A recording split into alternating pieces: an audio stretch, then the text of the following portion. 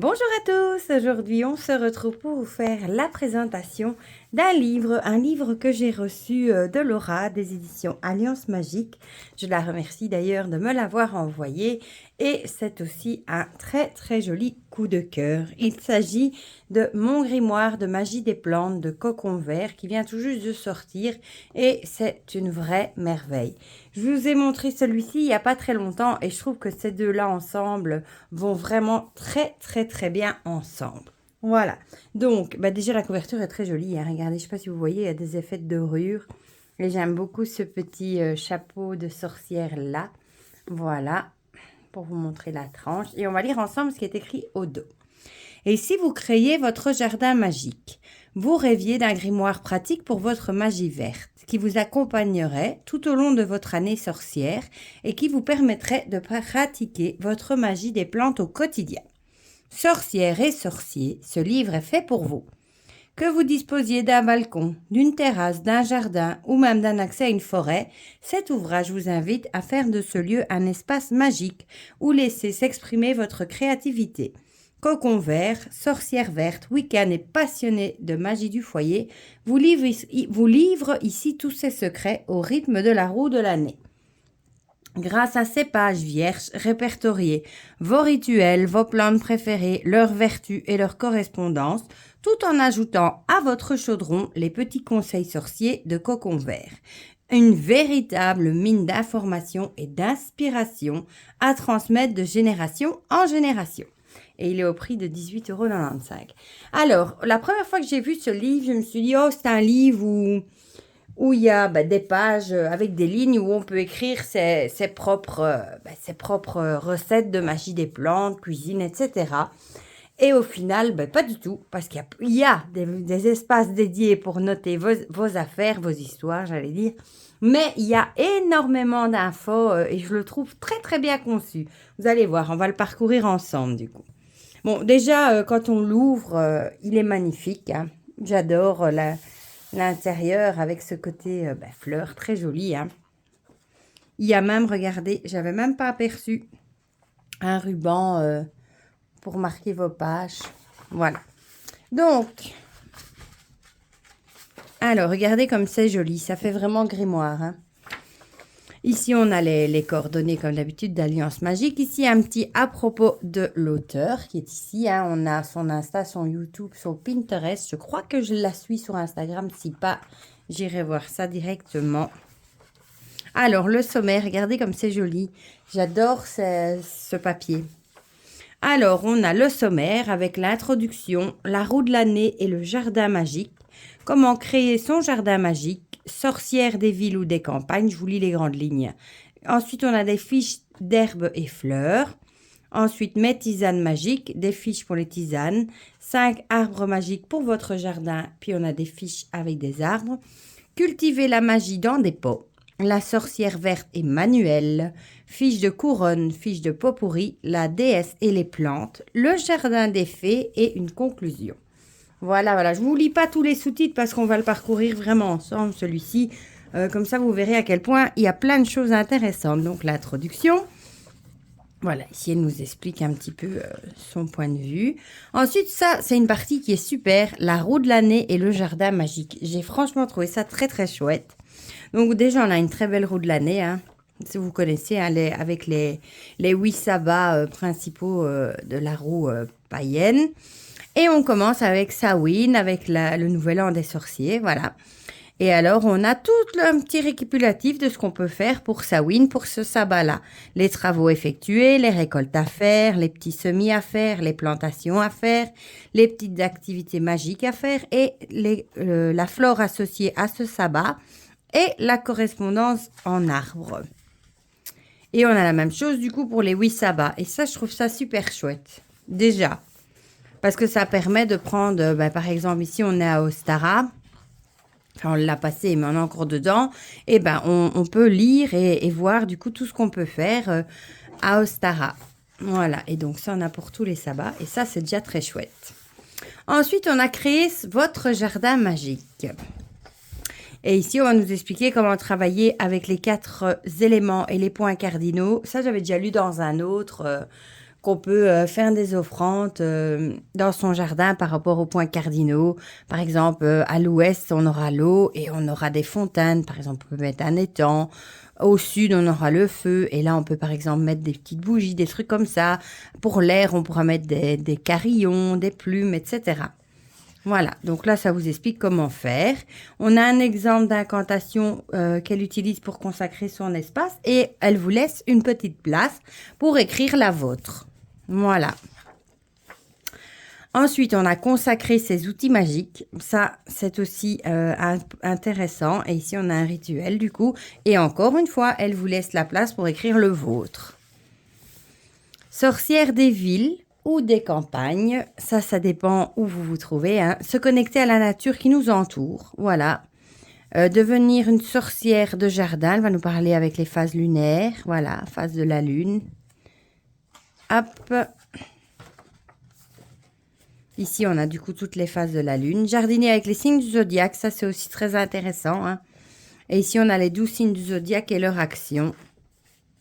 Par exemple, on va prendre le mien, la Vierge, un jour de terre.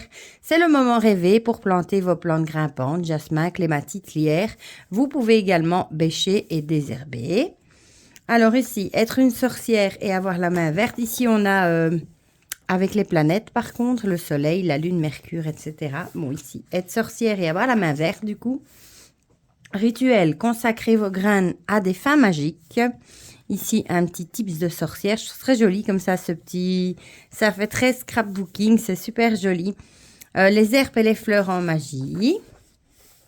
Voilà, ici, on a quelques herbes. Hein, achillée, basilic, romarin, etc. Les soucis, j'en ai eu beaucoup, il fut un temps dans mon jardin. Alors, ici, on a les fiches des herbes et des fleurs. Par exemple, ici, on va commencer avec la lavande vraie. On a le nom, du coup, en latin. Alors, on a la partie jardin et caractéristiques. Ça va nous donner, ça, c'est très chouette aussi, de quel type de plante c'est. Si c'est une vivace qui revient tout le temps ou si c'est annuel qui revient qu'une fois, etc. La plantation, ce sera plutôt mieux de la planter au printemps. L'exposition plein soleil, pas beaucoup d'eau. Ça grandit à 1 mètre de hauteur à peu près. Et ça fleurit fin juin, juillet. Voilà, pour quelqu'un comme moi qui ne jardine pas des masses, c'est toujours chouette de l'avoir. Voilà.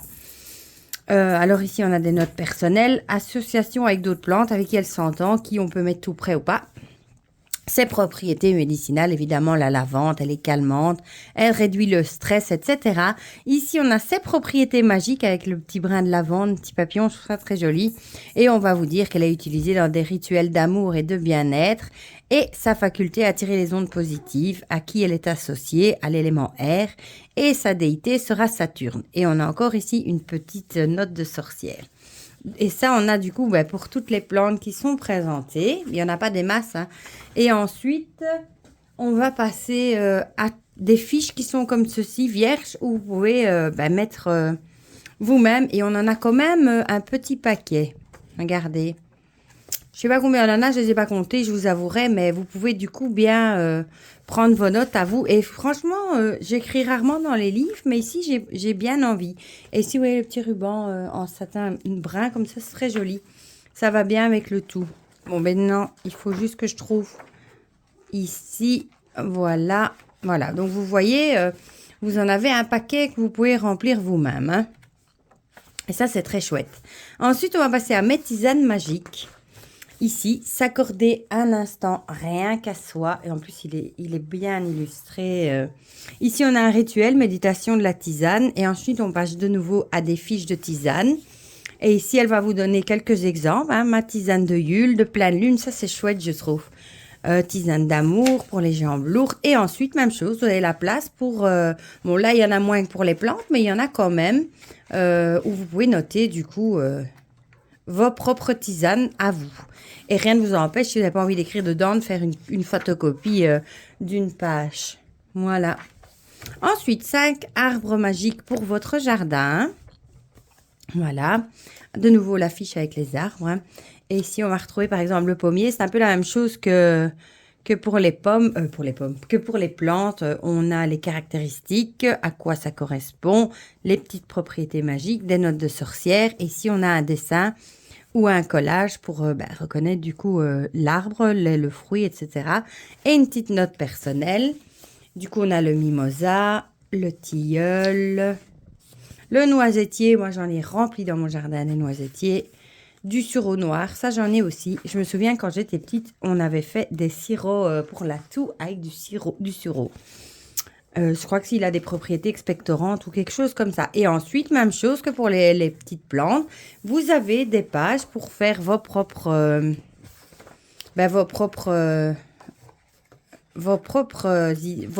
arbres si vous voulez. Voilà.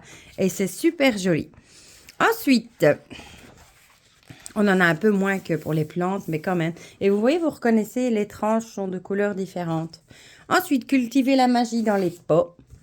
Les pots à l'extérieur ou les pots de la cuisinière magique. Bon, ça, c'est un truc que je rêve de faire. Moi, un bac en bois avec des aromates dedans, mais j'ai pas encore eu le temps de le faire. Les pots de senteur. Je vous avoue que j'avais mis vous savez, ces petites jardinières là, sur pied, surélevées. C'est pas grand, hein, ça fait quoi, 40-50 cm.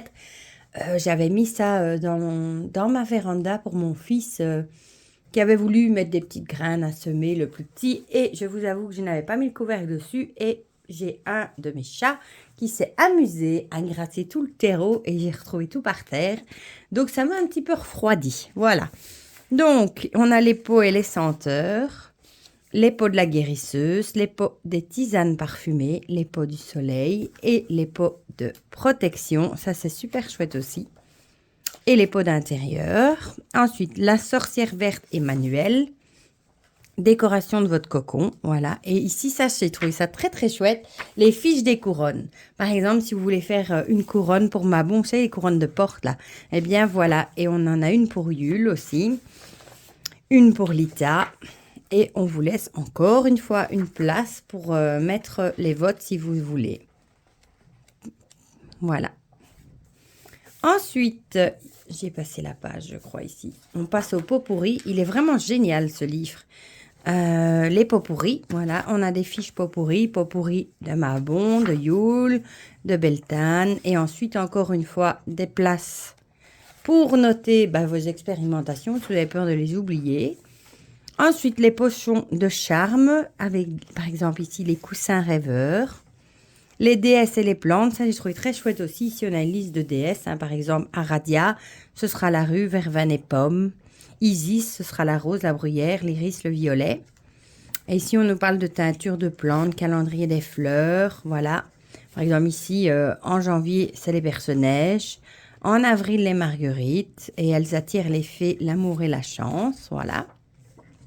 Et on a même un petit chapitre sur les fées, le jardin des fées. Comment en aménager un. Quelles sont les plantes des fées aussi. Une petite note de sorcière. Il y a une tisane de fées, enfin un thé des fées.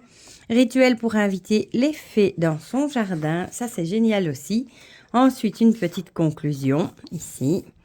Alors, sa bibliothèque de sorcière. Voilà, ici, on a tous des livres. C'est bien présenté, j'aime bien comme ça. Parce que d'habitude, ils mettent un ouvrage sur une page. Ici, nous en avons mis 6 sur une page. Et vous voyez, il y a de quoi faire. Chez Alliance Magique, Danae, etc. Il y a vraiment de quoi faire niveau livre. Hein, sur la magie, etc. Voilà.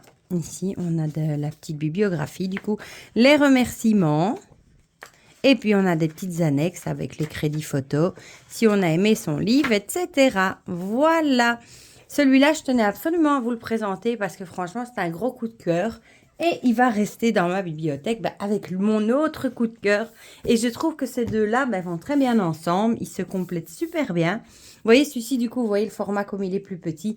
Et ce qu'on retrouve là-dedans, c'est pas ce qu'on retrouve là-dedans. Ici, c'est plutôt des petites recettes à faire pour égayer sa maison, sa santé, des recettes bien-être, des recettes à manger également. Ici, celui-ci sera plus basé jardinage, mais aussi des yailles pour faire ses pots pourris, ses propres tisanes, son potager, ses petits pots.